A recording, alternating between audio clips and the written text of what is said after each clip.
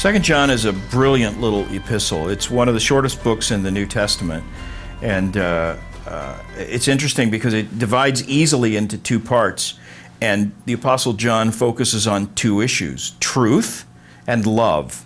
He starts with love, the new commandment I give to you, and he's writing to a woman who apparently was well known to the church because he doesn't give her name. He just refers to her as, the beloved woman.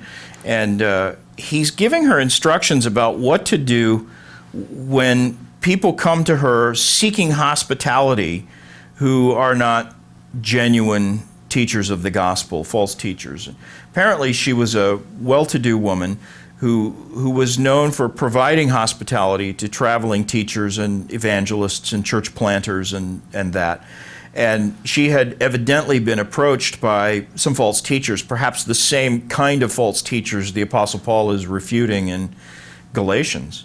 And she wanted to know what to do with him because she felt deeply the need to be loving and to be friendly and positive and all of that. But she knew that love was her first duty and hospitality was her spiritual gift.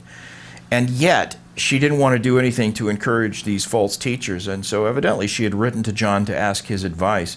He spends the first half of the epistle commending her for her love and commending the virtues of love, and then he spends the second half of the epistle talking about the importance of truth. And he's saying these two things go hand in hand. You can't divorce truth from love because the minute you try to do that, you destroy one or the other.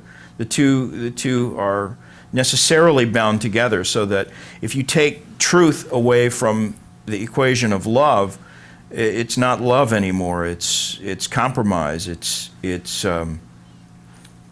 corrupts the very nature of love, because love doesn't rejoice in iniquity, Paul says. Love rejoices in the truth. And on the other hand, you can't take love away from the truth. That becomes a kind of brutality, a sort of arrogant, angry, rigid fundamentalism is the way we see that sort of expressed today. And so the Apostle John is telling this woman, keep those two things in balance, and the balance is very important. You can't forsake truth in the name of love, and you can't forsake love in the name of truth. But he ends up saying, if someone comes to you and he doesn't bring the doctrine of Christ, he comes with a different gospel or comes proclaiming a different Christ, John says, don't receive him into your house. Don't even give him a greeting. And he's talking there about a sort of elaborate ceremonial greeting that culture often bestowed on rabbis and eminent teachers and so on. It was a show of honor. And so he's not saying to her, don't be polite. He's saying, don't show any kind of public honor or encouragement. Don't give any kind of assistance to people who are teaching a false gospel, because if you do that, he says, you become a partaker in their evil deeds.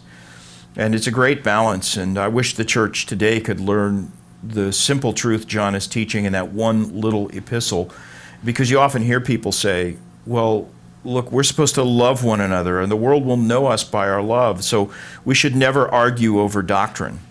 And the Apostle John, who was known as the Apostle of Love, he certainly didn't feel that way.